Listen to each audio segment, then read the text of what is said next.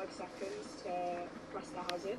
And I think a lot of people struggle with that section, like myself included, because you get 5 seconds. If you press it right at the beginning, you get the most points. But if you press it, 3 seconds into the hazard, you don't get any, you fail that question. So I think it's really tricky to have the accuracy of that. And I think, like what Charlie was saying, it's a lot of people fail the hazard perception part but do well on the multiple choice. Charlie, before you kind of took the theory test, did you have an idea of what it was going to be like? Did you think it was going to be easy? I practiced the theory, like the multiple choice questions, a lot. Like, I did all of the questions, completed them all, but I'd asked around, all my friends had done the theory test, and I'd asked about the hazard perception, and they all said, it's easy, you don't need to, revise it, just do one practice test before you go in. So that's what I did, just thinking, oh, it sounds simple. I didn't look into the instructions of the hazard perception, so I was just getting everything wrong. How about you, Kitty?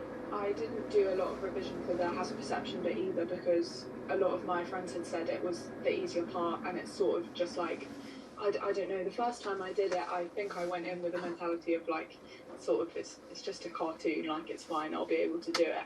But then once you're doing it and you can see it, you sort of do second guess yourself. You just get quite confused, and then you sort of worry that you've not pressed it in the right place. So the first time I did it, I didn't do much revision. The second time, I did do more, but I didn't use the actual videos. I just sort of watched YouTube videos on it. But now I'm using a different app which gives me the videos, and I have noticed that I'm doing better when I'm practicing. You both mentioned about friends having opinions of this. Are you hearing lots of your friends that are not passing the test on the first time? I don't think I know more than maybe 2 people that have passed it first time. Almost all of my friends have got it third. One of my friends got it on her 10th time, which I just think must be so repetitive and just sort of boring by the end of it. Yeah, on the whole, I don't know that many people who passed it first time. How much is this costing you to learn to drive, and does the fact that you've had to take the theory test multiple times, is it putting you off the idea of learning to drive, or is it making you more eager? It is a lot of money. Each time you take the test, it's £23. So once you've done it a few times, it's racking up into quite a big sum of money. And then my driving lessons for the area that I'm in, I'm paying like 80 quid for 2 hours of lessons a week. So yeah, it does, especially because you can't book your practical driving test until you've done your theory. So I feel like I keep having to pay for more lessons because I keep getting, I'm not even failing by much. It's like the pass mark is 43 out of 50, and every time I get 42 and 41. So it's quite tedious. And then how about you, Charlie? Is it costing you lots of money to finally get on the road? Yeah, my driving lessons are the same. £40 an hour, I do 2 hours, that's 80. So because I had to wait that extra 2 months after my first fail of the theory test, it's £80 a week. It does add up.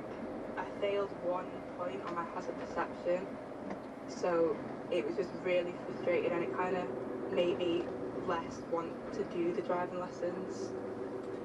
Charlie Cleary and Kitty Biddulph talking to Dave James. Well, Maria McCarthy is a motoring journalist, and she's written a book called Driving Test Secrets You Need to Know. And Maria, lots of people listening would have learned to drive, wouldn't they, before the written theory test even came in. That was in 1996.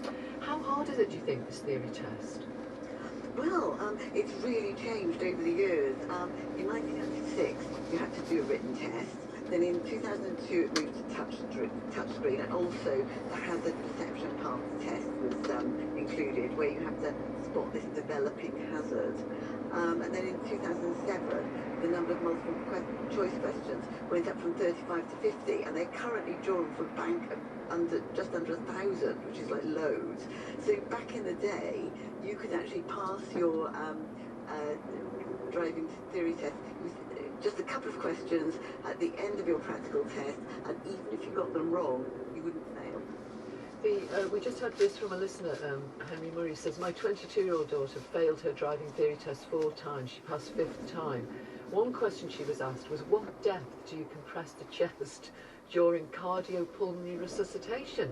He says, I'm a GP and I didn't know the answer. Do you know the answer, Maria? I do. I think it's No. 5 centimetres. Oh, I you think do it's know. Well 5. done. Yeah. And it's also 120 compressions a minute. And the reason I know that, Really impressed. yeah, no, the reason I know that is because I've just decided to put aside my yellowed copy of the theory test book, which I had when I passed, and buy the latest one. And it's actually really interesting because there's lots of obvious driving type questions, but also there's a lot of things encouraging you to talk with your driving instructor and reflect on what you've learned. So as you're driving around, you look at all the different signs and so forth, and you discuss them. And also there's lots in there which isn't strictly to do with driving. There's things like first aid things that we've just discussed. There's lots of stuff about vehicle documentation. There's things about hitching your car to a trailer. So lots of these, they're not common sense things. They're not like You've how would got you to drive know. past the horses. Yeah, you've got to know the number. Yeah. Wow. So that would be your first tip then. Get the book of questions and take a look at it. Exactly. Well, I'd say get the book and also get an app and also get things like flashcards because having got this book, it's a tome. It's huge. And so what you need to do, I think, is if you try to plough through it, it'll all just start to get very, very muddled in your head. I mean, that's what was happening with me yesterday when I was looking at it.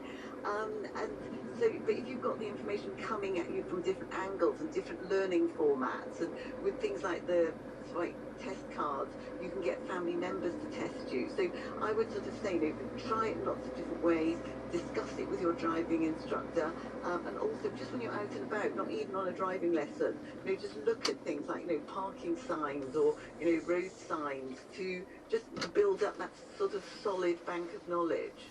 Now, this business of the hazard perception, this little film thing where you have to click on the film, you sent a link over to the team. I tried it this morning, failed it miserably. That also is not easy, is it? I suppose the temptation is to just have a go and not read what the rules are. I failed it too. I think people out there should try it. What you do is you go to the government website, which is called Safe Driving for Life, and there's some sample clips.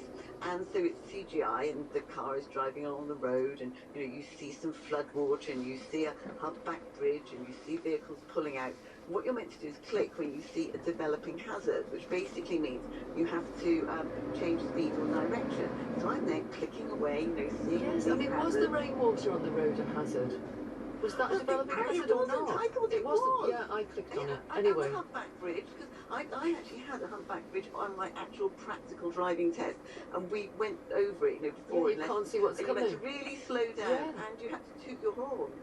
So the idea that you would just go over that without slowing down at all, I found that very strange. Anyway. Spoiler alerts now already. Yeah. People do go and do them. So no, I think that the hazard perception. I think the idea of having a hazard perception test, where you do actually look at the road and you make some judgments. I think that's really good. But I think that the actual test itself is too confusing because I think people get muddled between potential hazards and then the actual There's a real developing hazard. hazard. Yes, So you yes. want you to click on it. There's lots of things out there. There's lots of, obviously there's the official learning resources, the government ones and other companies that do test materials, but there's also, worthwhile stuff out there on the internet where driving instructors will advise people and really talk you through the clip so that you understand what the people who are setting the test are actually looking for. Well, that's very useful. And Maria McCarthy, thank you so much for that. And I hope people will have a go at it and see whether they can pass it. It is very interesting. Now, the airline company Wizz Air bills itself as Europe's fastest growing airline. It grew by nearly a quarter in 2022 and had a 7% market share that same year. Today it's announcing that it's added the 200th aircraft to its fleet. A new Airbus A321neo will be based at London's Luton Airport. Wizz Air's been flying from the UK for 20 years. It started off specialising in routes to Eastern Europe, and it's expanded to destinations including North Africa, Turkey, Spain and Italy. The bad news is that Wizz Air was ranked by Which as the worst budget airline last summer, and the Civil Aviation Authority, the regulator, has ordered Wizz Air to pay more than £1 million in compensation to customers whose refund claims for cancelled flights were wrongly rejected. Marion Giffroy is the UK Managing Director for Wizz Air. Marion, welcome. Thank you for coming on.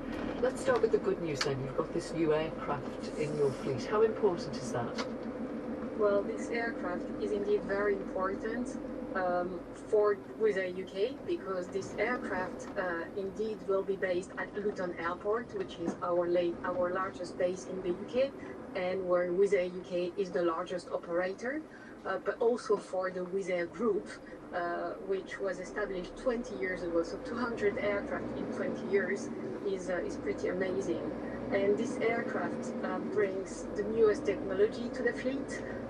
239 seats on every aircraft, 50% less noise, 20% less CO2 emission, and great comfort for the customers.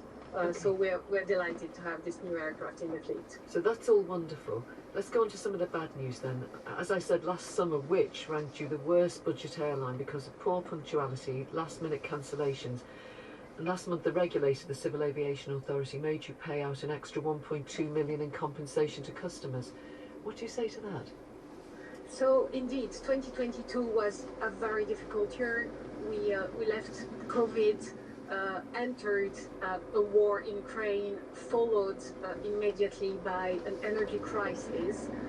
However, everybody wanted to fly, and we wanted to fly everybody. What happened is that the sector overall was not prepared for such ramp up in March 2022. But you seem to have been less prepared than anyone because you've come bottom. We had grown a lot during COVID, but we never tested our expansion in normal times, and those were again normal times. And I've honestly put my hands up. I'm not proud of what happened, and we touched the bottom, and we only had one way to go, was up, and we invested massively in our operations by recruiting more staff and also in customer handling, because this is where we absolutely failed. We were not refunding in time, and we were not providing the right level of support. We've absolutely overhauled this and invested enough so that we could deliver last summer, which was a very strong summer, first in terms of our operations and also in terms of customer handling. But yes, we worked with the regulator as well, and now the regulator is fully satisfied that we are complying with the UK regulations. Okay, well, a year ago we heard from a couple of our listeners who got in touch with you and yours, asking us to try to help them because they couldn't get anything out of you. They were both looking for compensation. They were both entitled to compensation. Jim Miller's from Hove in East Sussex, and Christina Glasspool lives in Somerset. This is what they said. We had a 5-hour delay, and we turned up in Sicily, lost all our train and bus transfers, and so we basically asked for compensation.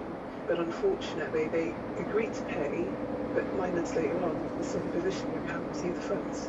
What's it like when you try to contact Wizz Air? It's a bit of a nightmare, so they don't have much in terms of communication.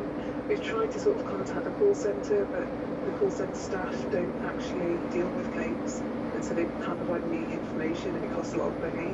And then in terms of emails, they just tend to sort of send a generic email back. So it's been a bit of a nightmare, to be honest. Jim, what happened to you? Oh yeah, we bought 4 tickets for my family to travel to Tenerife in August last year, which cost £1,347. The flight out from Gatwick delayed by over 3 hours, but on the flight back, the flight's cancelled altogether, and there were no Wizz Air staff to help us. Huge queues at the assistant's sort of desk. In the end, we got the last sort of flight out, ended up in Stansted, and another taxi driver like Christina, and sort of missed the next day's work, so we're getting back to so tired and so late. The cost of making our way home was £1,645, and then after 3 hours delay, the airlines are due to have to pay compensation of £340 per person per flight. So we were looking at a claim for Wizz Air of over £4,400. But you can't get it out of them? Absolutely not. No, it's been exactly like Christina said, it's been a total nightmare getting everything. They seem to be totally haphazard, incompetent, and trying obviously desperately not to make the claims. They claimed they'd made payments and they hadn't come through. It just went on and on and on. So, Marion Giffroy from Wizz Air, we contacted them again, so we spoke to Jim Miller and Christina a year ago. Jim Miller has now just sadly given up. Christina did get compensation 3 months after she came on the programme. you know, the suspicion is that this is a strategy on behalf of a company like yours. You're only paying people who are really persistent, and they're not even all of those people. Well, I can confirm that the strategy of Wizz Air is not to lose customers, it's to retain customers. First, I would say that in terms of our operations, they've improved significantly. In 2023, we cancelled 70% less flight than in 2022. So 2022 is not a year of reference because it was disrupted everywhere. Now, during this year, we've also automatized a lot, and now the refunds can be claimed online, and 90% of the claims for refund are actually handled, processed within 5 days. 90%? Are they digital? 90. Are they paid within 4 days, or just processed? What does that mean? They're processed, and processed means that the payment is being sent, and Okay. of course So it has to reach the customer. If Jim Miller gets in touch with you, will you pay him? If there is an entitlement to be paid, Okay. yes, and I would urge the people who have not been compensated as they should have to reach out to us. Okay. Just briefly then, we've got about 30 seconds. How's 2024 shaping up for you and the rest of the sector? Well, the demand is very healthy. We see very good bookings for Easter and for the summer. So we are very optimistic about demand overall in 2024. Marianne Giffroy, UK Managing Director for Wizz Air, thank you very much for coming on. We were talking about food halls at the start of the programme. We'll be sticking with that subject tomorrow, the subject of eating out in our phone-in. We're eating out less in this cost of living squeeze. What's happening with the pubs and the places to eat out in your local area? Have you lost a local pub or a food hall or a favourite cafe or restaurant? Or are you maybe trying to support a local business, trying to keep a business afloat? You can email us about that right now, please. You and yours at bbc.co.uk. Please include your phone number in case you want to call me back. I'll be back tomorrow for the phone-in, just after the midday news. Thank you for listening today.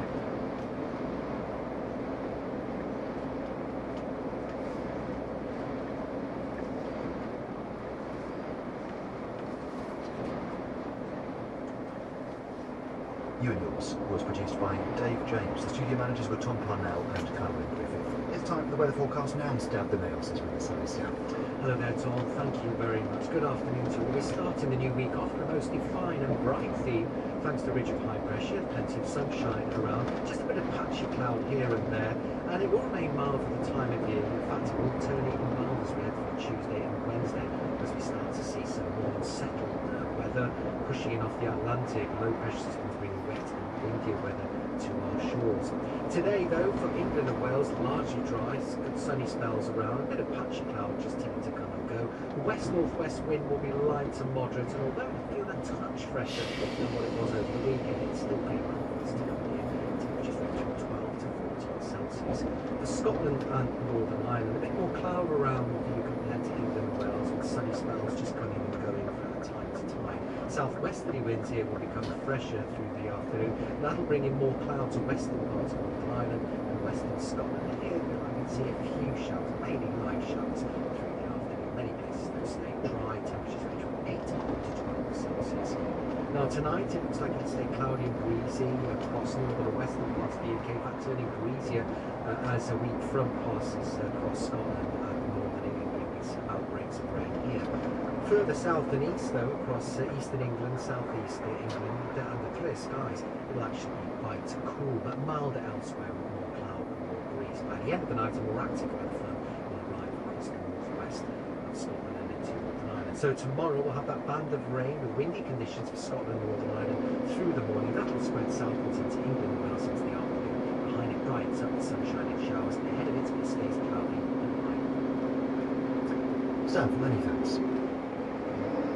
I'm Alex Bertosky. And I'm Kevin Fong. My biggest fear about AI is that people are going to take it way too seriously. No, I have legitimate fears about AI, and I mean, have you not seen Terminator? Each episode is sort of exploration. We know that people out there have genuine concerns, genuine questions about AI. We're going to try and find the best person to answer that question. At the end of the episode, they will be better informed, better equipped to deal with their reply what the future holds for us. The Artificial Human on Radio 4 and BBC Sounds starts this afternoon at 4:30. On 92 to 95 FM, 198 long wave on BBC Sounds and digital radio. This is BBC Radio 4.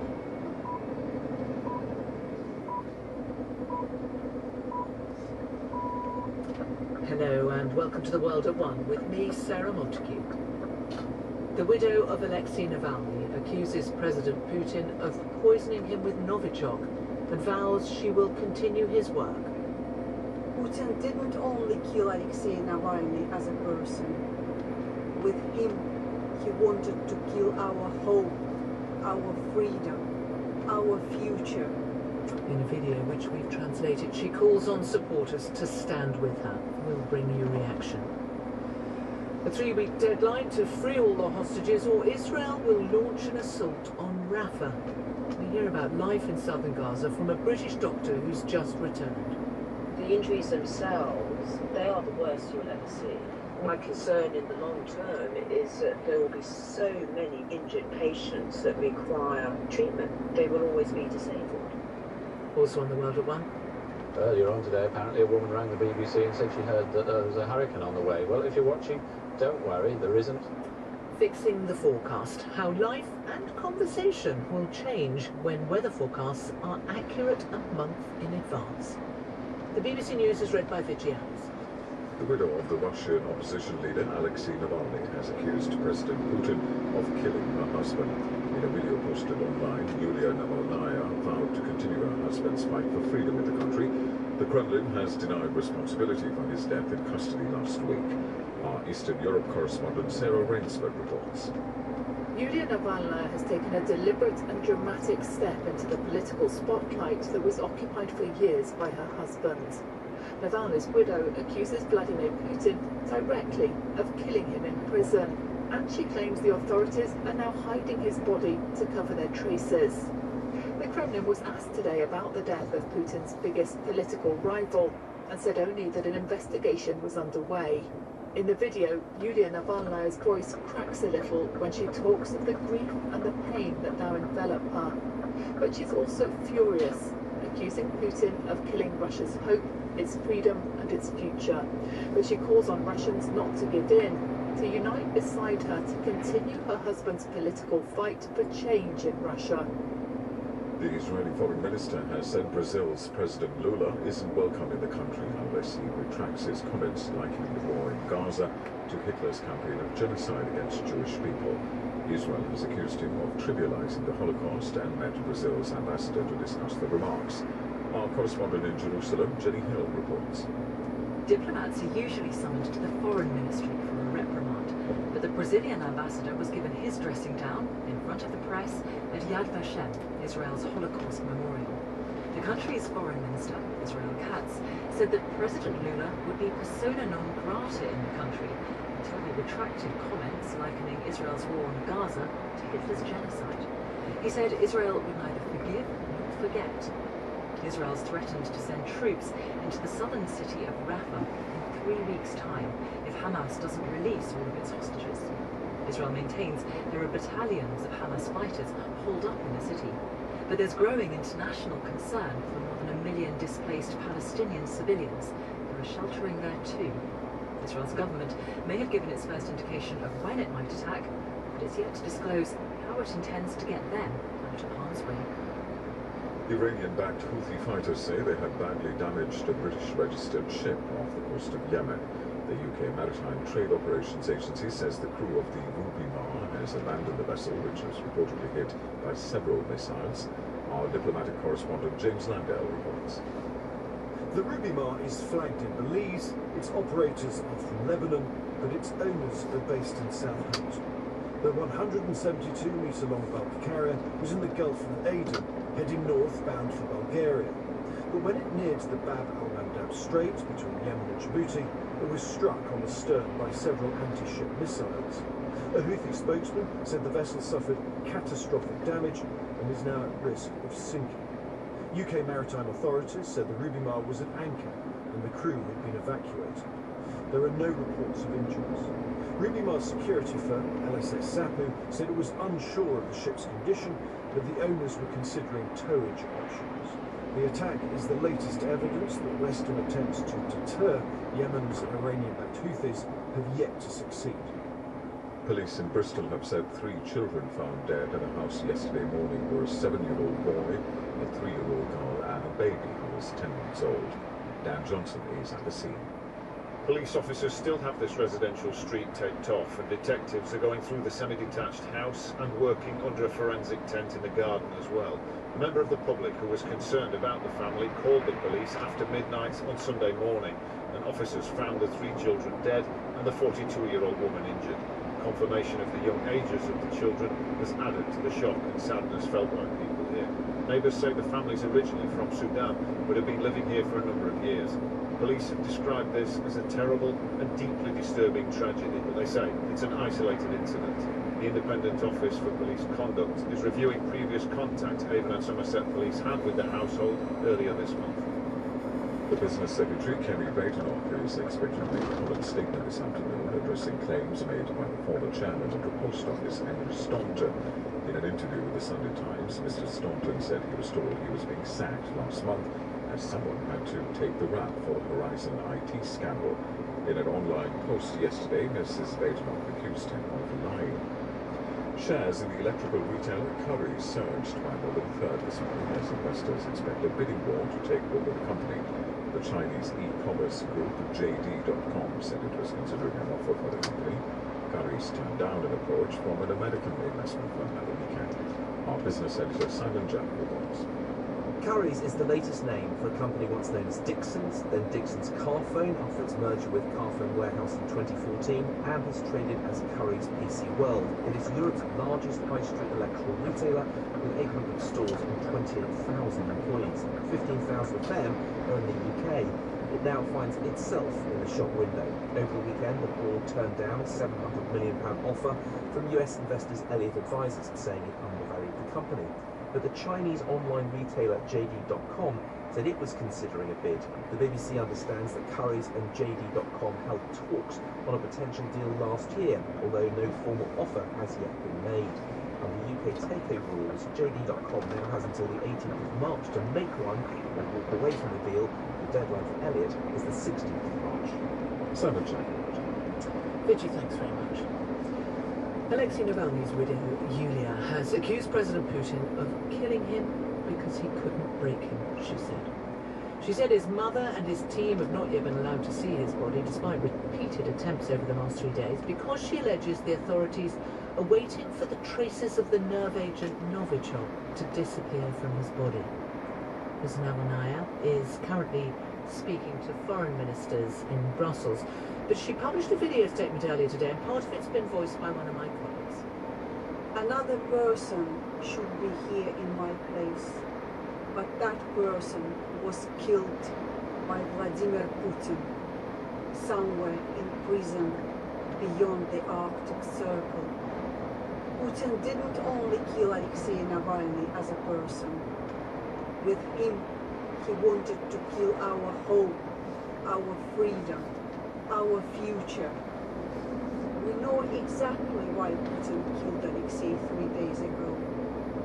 We will tell you soon. But the most important thing we can do for Alexei and for ourselves is to go on fighting.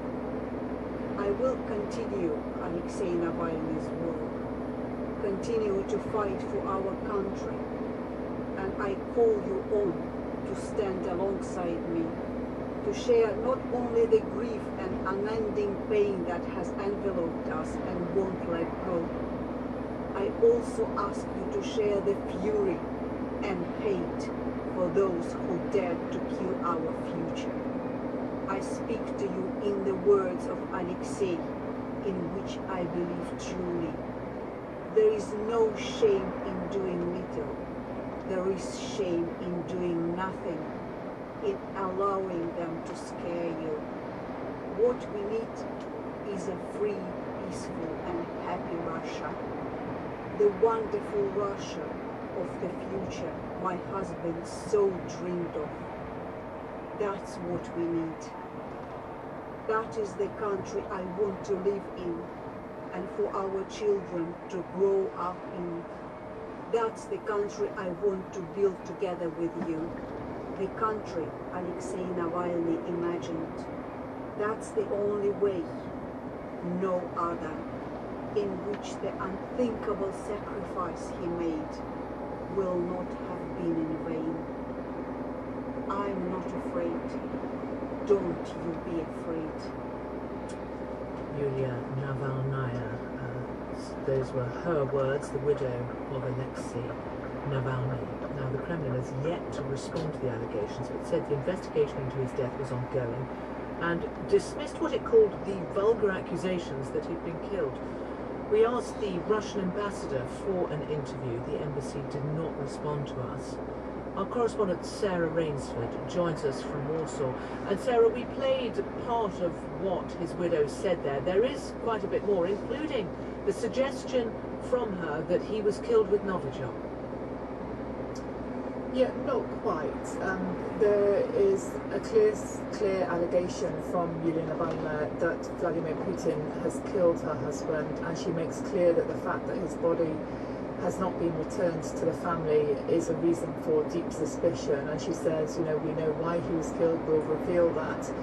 She says when she's talking about the body, they're lying, they're not showing the body, they're not giving it to his mother. And then she says specifically, they're waiting until the traces of the latest of Putin's Novichoks disappears. And that Novichok is in inverted commas, really. So she's not specifically saying he was poisoned with Novichok, but she's certainly saying very clearly that she believes he died in prison, not of natural causes. So it's a kind of very strong statement, and of course it comes with a history. It comes with the very fact that in 2020 he was poisoned with Novichok. He survived, he went back to Russia, and then he was arrested and has now died in prison. So indirectly, certainly, there are many people who are blaming Vladimir Putin's Russia for the fact that Navalny has died.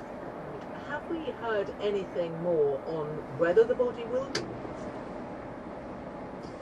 We haven't. We have heard from Navalny's spokesperson, Kiroyama. She has said that the investigation, they've been told, has been extended and that there's no end date. So that suggests that the authorities are certainly delaying for whatever reason we don't know. They're not giving any reason.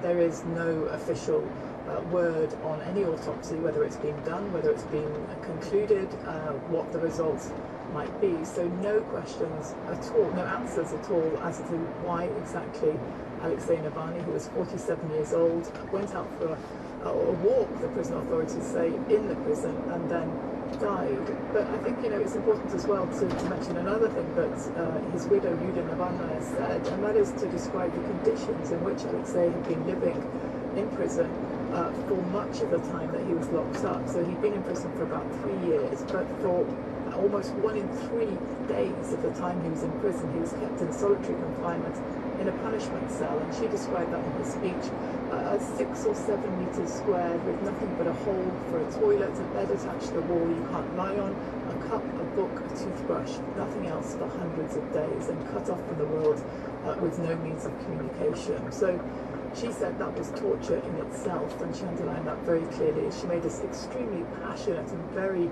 very strong statement that you were just listening to. Sarah Rainsford, thank you very much. Well, let's turn to Maria Malasheva, coordinator of the Free Navalny campaign here in the UK. Good afternoon.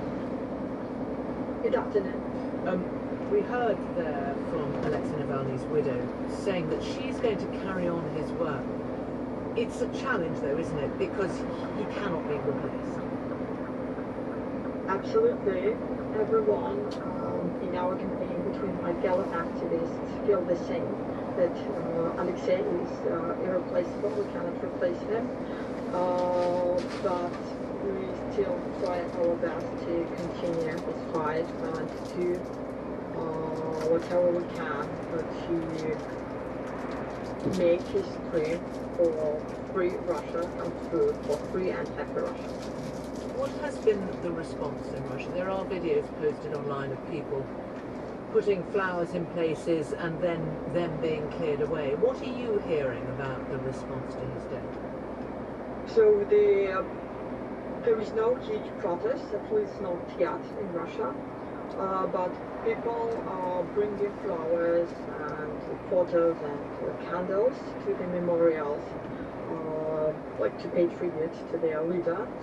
But even they're not allowed to do so by the police. Police has arrested at least 400 people, mostly half of them in my native city, St. Petersburg. They just arrest people and send them for detention center for at least a couple of days. And that's terrible that people are not even allowed to express their mourning and grief. Can you give us some sense of the support that he had in Russia? I mean, you mentioned that a lot of the arrests have been in St. Petersburg. He's obviously widely known in the West. Did he have a lot of support in Russia? He did have a lot of support because I was working as a pro bono lawyer for his office in St. Petersburg for many years, since 2017. And I was obviously attending all rallies organized by a Navalny team in St. Petersburg. And they were attended by hundreds of people, like 10, 100, 20, 100. It's a lot for Russia. And most of these people were young people brought to politics because they were inspired by Alexei Navalny. So obviously for all of them, well, his death is something terrible. It's like when we lost not